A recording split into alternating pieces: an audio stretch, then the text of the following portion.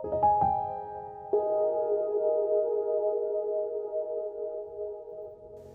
guys, Jess here with Austin Lymphatic. I wanted to talk with you today about situations where lymphatic massage is not recommended.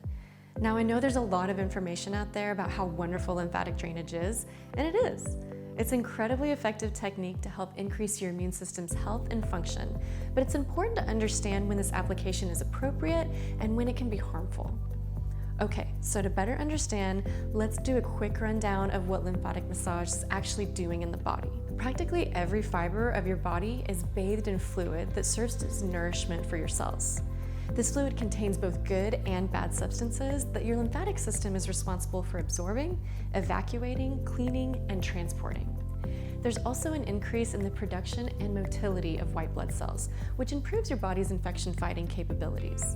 When your lymph system is working well, it means that the harmful substances are able to be removed from the tissues, detoxed out of your body efficiently. So basically, harmful substances like viruses and bacteria are removed, and good substances like fats and proteins are transported. Lymphatic therapy simply helps speed this process along by mimicking and stimulating the body's own lymphatic vessel contractions.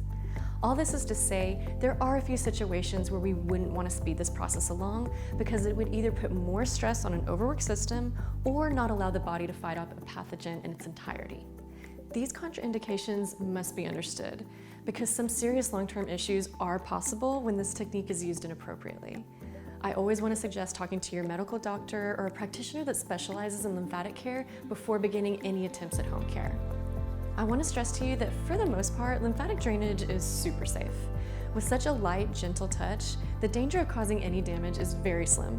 However, even though this technique is gentle, it's applied very specifically, which makes it really powerful, and there are a few conditions that are off limits for this kind of work.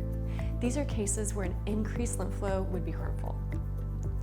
Okay, so the contraindications are acute infection, thrombosis, which is just another word for a blood clot, kidney failure, and major untreated heart problems such as congestive heart failure. If you've had lymph nodes removed or radiated, lymphatic therapy can be very beneficial, but you'll want to work with a trained professional so that you're sure to augment these practices to your specific needs. Now let's look at these one at a time. When an acute infection caused by bacteria or viruses are present, we want to give the body time to heal at its own pace. This is because MLD can push these substances into the lymph channels before the body has had a chance to eliminate them. Instead, let's wait a few days until the condition is no longer acute. When you're feeling like you're starting to recover after the acute phase, then lymphatic drainage can be very helpful with the cleanup process. In our clinic, you need to be fever-free for about 72 hours just to be on the safe side.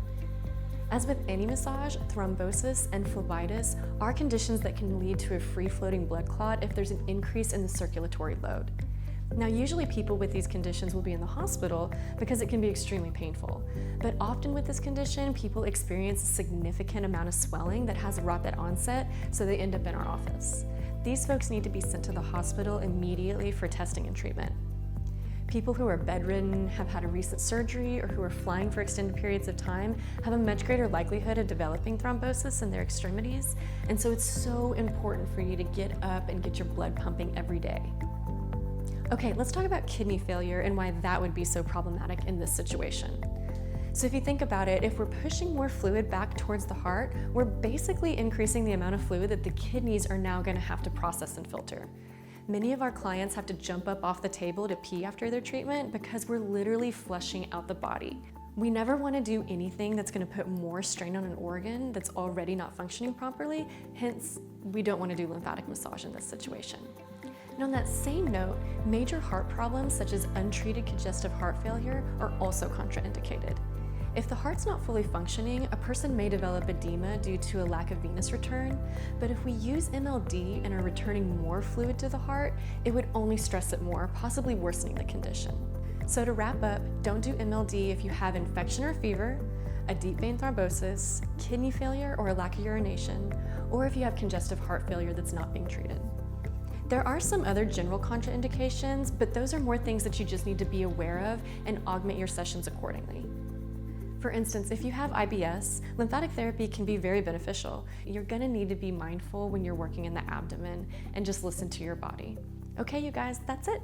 I'm Jessica with Austin Lymphatic, and it's been a pleasure bringing you this information. I hope you found it helpful. Thanks.